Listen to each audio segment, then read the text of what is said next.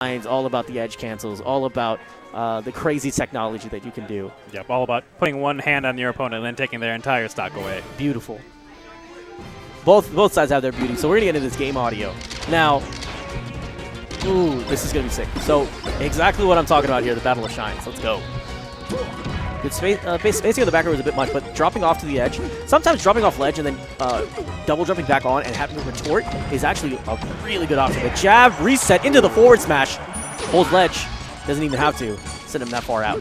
Yep, good DI on that F smash. Definitely was not expecting it. And with Falco's short recovery, if you get hit by one really strong move that you weren't expecting, can be curtains. Exactly what I was talking about earlier. Boom! Nearly had a second one. I don't think he could have had the laser low enough to actually hit him there, but that was a good job with the first one. Trying to cut off those options. He tried to drop fadeaway dare, guessing that if he went back to the ledge, he could, instead of going onto ledge and going onto stage, he would have been destroyed there. Drop down back air? No. Oh, up the out of shield. Maybe not intentional. That wasn't intentional. Unless this guy is like seeing something into the future. Oh, baby!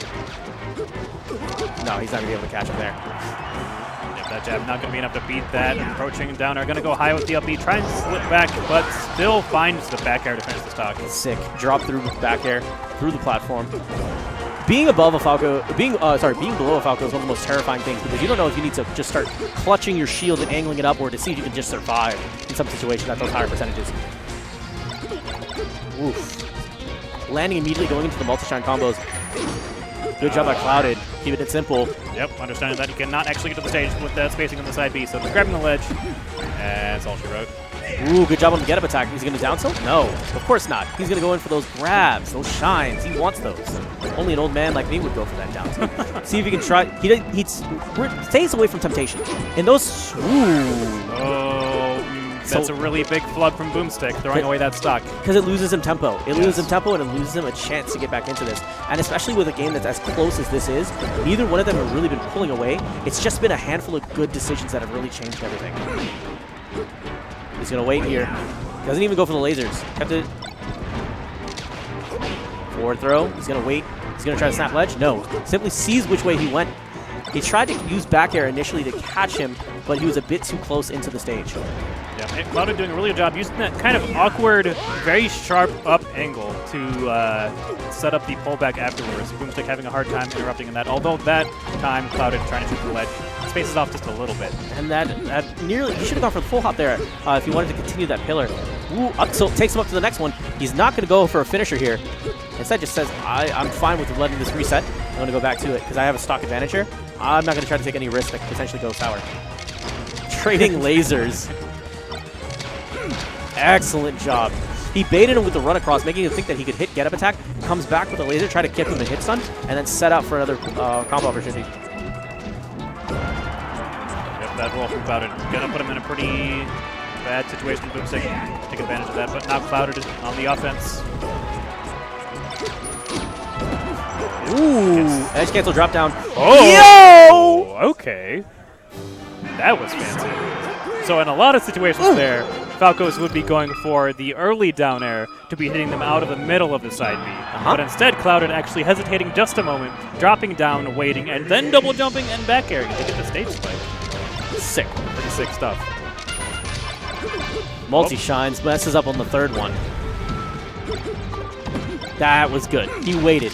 He waited to see what Clouded would do, and then went for his jump to retort. Laser for the get-up. Excellent job getting up there just in time to get that regrab.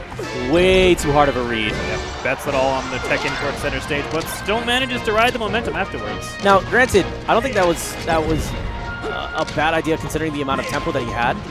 I mean, the idea you have to think of when you're making these hard reads, when it comes to, okay, I'm going to guess on tech roll that you're going to roll in, and I'm going to butter this forward smash as hard as I can. Like with everything. Grab the entire tub of I can't believe it's not butter. Throw it all and throw it in there. Now in those situations, those become much more a much more relevant option after you've had a series of good guesses. And your opponent starts to seek the light. And by that I mean any ray of hope that they can have because you're comboing them so goddamn hard that they don't know which side is up anymore. Right. That's when those hard read situations become so good. But until you've made your opponent crack, so to speak, it isn't going to work. There's the dare, perfect trigonometry. His feet probably clipped the edge as he was going through there, and let the hopelessness sink into him. Definitely just, like, slapped it as he was going down. Tries to follow up here. Ooh, okay. And not a laser was shot that day. Well, the forward air actually setting up for the edge guard, but does not manage to get the back air off stage. Excellent job. F tilt, keeping it simple. Problem was is that he was too far away for him to really act on it. Ooh, he kept DIing out. This is what I'm talking about, folks. He's not going to be able to capitalize, though.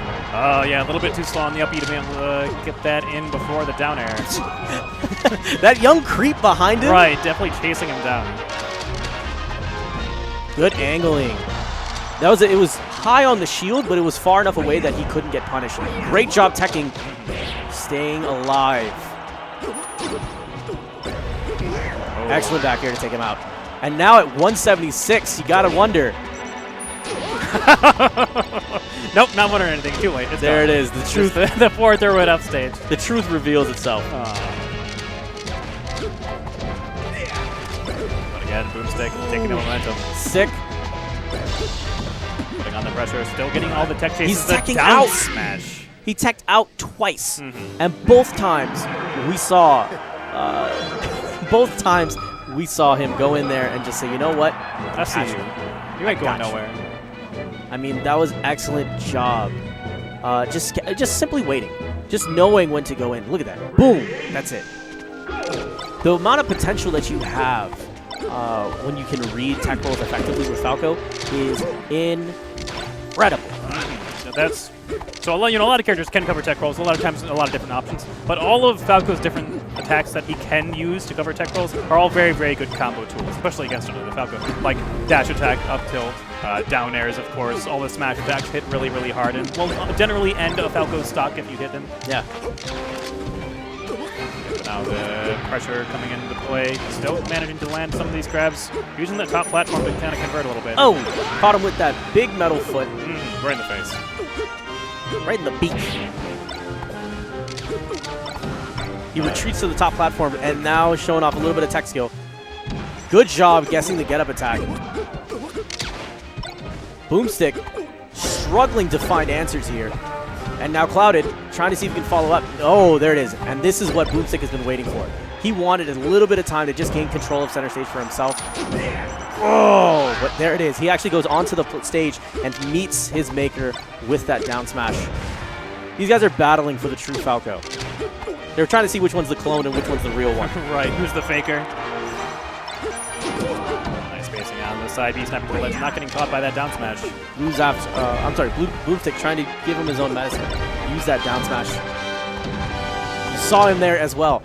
Boomstick was angling his shield upward, knowing what was more than likely going to come. And in some of those moments when you have conditioned your opponent to think, oh god, they need to shield up, is when you go for those tomahawks.